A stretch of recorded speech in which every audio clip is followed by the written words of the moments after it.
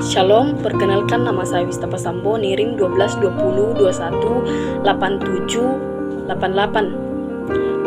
Prodi Bimbingan Konseling Kristen kelas A, Perkembangan Anak. Di sini saya akan membahas tentang pranikah. Pranikah, pacaran. Pacaran adalah kehidupan pasangan antara dua individu yang berbeda jenis yang menjalin suatu hubungan asmara, dan itu tergantung dari kedua orang tersebut.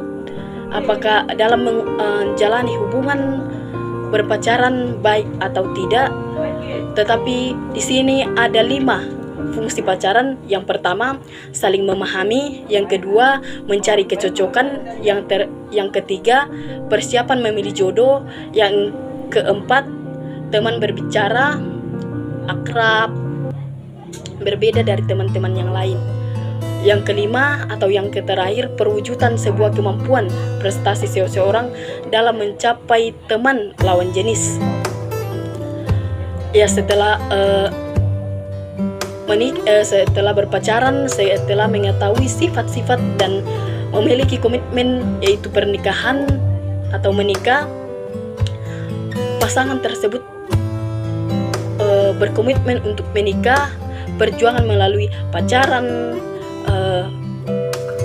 tunangan, dan sudah banyak yang dilalui. Dan salah satunya dalam berpacaran, kita harus saling memahami, saling mengerti, mewujudkan resmi dari komitmen perjuangan kita, mulai dari awal, mulai dari perkenalan, pacaran, tunangan sampai ke pernikahan. Ya, perwujudan yang pertama yang kita butuhkan saat menikah adalah momongan atau anak. Sebagai pasangan muda yang subur dan produktif, setelah melakukan hubungan seksual antara suami istri, seorang perempuan akan hamil. Dan prosesnya antara 9 bulan 10 hari. Masa kehamilan di masa konsepsi hingga melahirkan seorang bayi. Sebelum berusia 7 bulan, di sini janin memiliki kondisi fisik yang lemah dan harus dibantu oleh perawat atau medis secara intensif melalui kontak inkubator.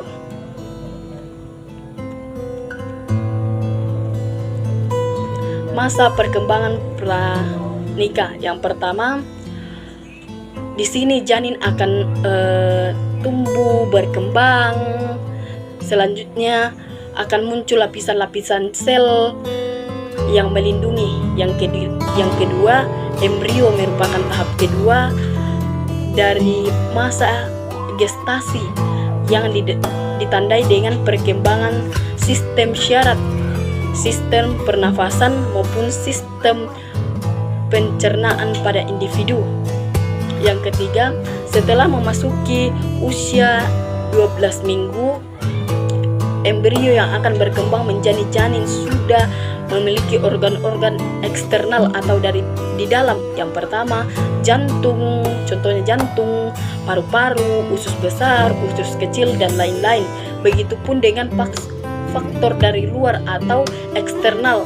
Yang pertama, jari, kaki, kepala, dan lain-lain secara lengkap. Dari tahap ketiga, tahap tersebut masa embrio merupakan masa kritis, ya, harus dibantu.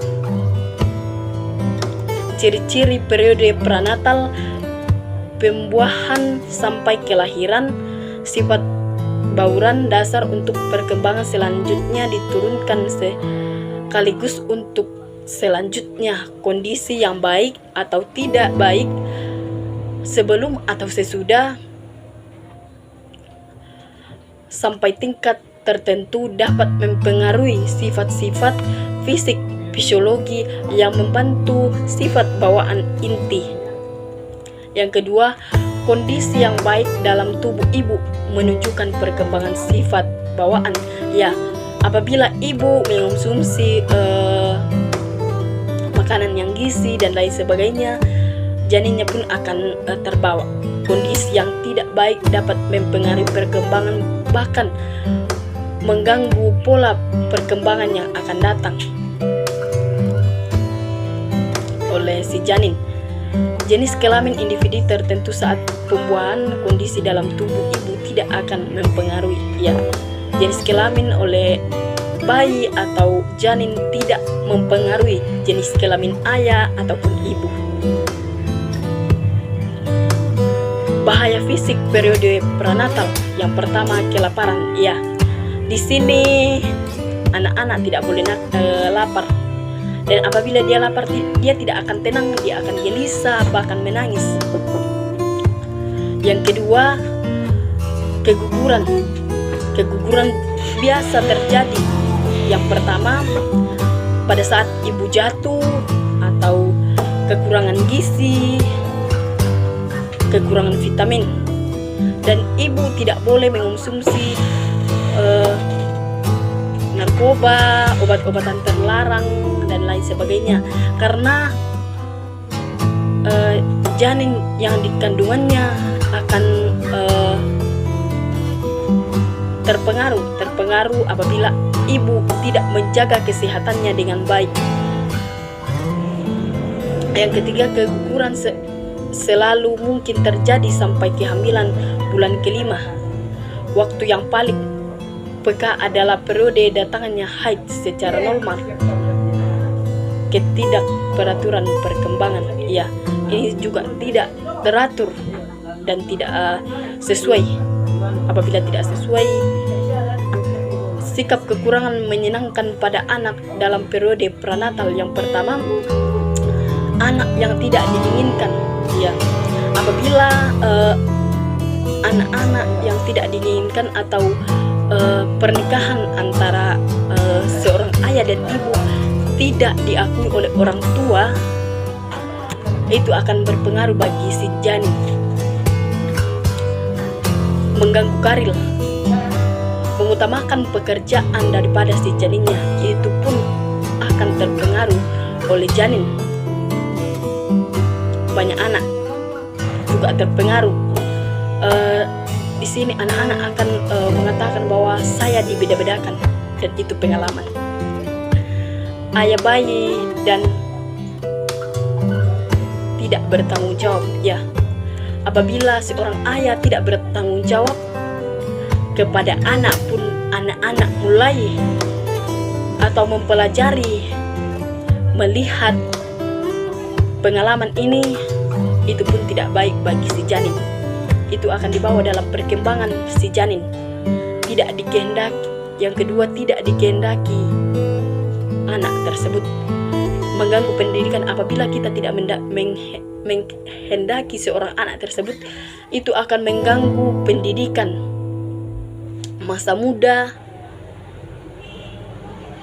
Dan dalam pendidikan pasti membutuhkan biaya, dan itu juga terpengaruh bagi seorang anak. Kehamilan atau hamil di luar nikah itu pun mempengaruhi perkembangan seorang anak. Lebih menyukai anak dengan jenis kelamin tertentu. Ini juga sangat terpengaruh oleh si janin apabila orang tua, baik itulah ibu ataupun ayah, yang membutuhkan atau ingin mempunyai jenis kelamin anak tersebut yang tidak diinginkan, itu pun terpengaruh. Itu terpengaruh besar dalam perkembangan si janin. Dan itu bisa mengganggu perkembangan mulai dari kecil, dewasa hingga tua nantinya. Itu akan terpengaruh, itu akan terbawa oleh anak tersebut. Sikap kurang menyenangkan pada anak dalam periode prenatal. Konsep anak impian. Ya, ini juga terpengaruh.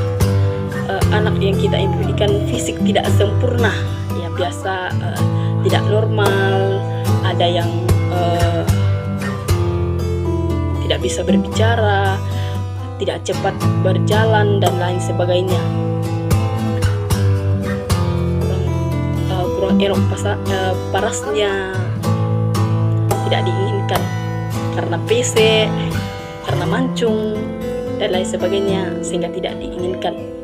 Menginginkan aborsi, pengguguran, ya ini juga tertekan pada bayi apabila seorang ayah ataupun ibu untuk ingin menggugurkan anak tersebut itu terpengaruh, bahkan bisa dibawa sampai dewasa apabila anak tersebut mengetahui bahwa pada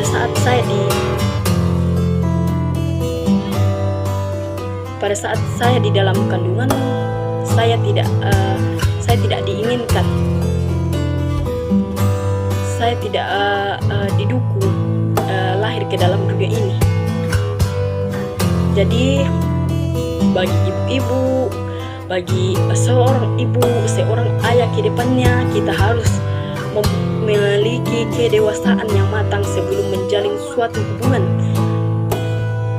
dan komitmen khususnya pernikahan harus memiliki kematangan sehingga keturunan kita juga belajar dari kita untuk bertanggung jawab, memilih pasangan hidup, dan yang terutama dalam suami istri harus menjalin komunikasi yang baik sehingga bisa dicontoh oleh keturunan selanjutnya.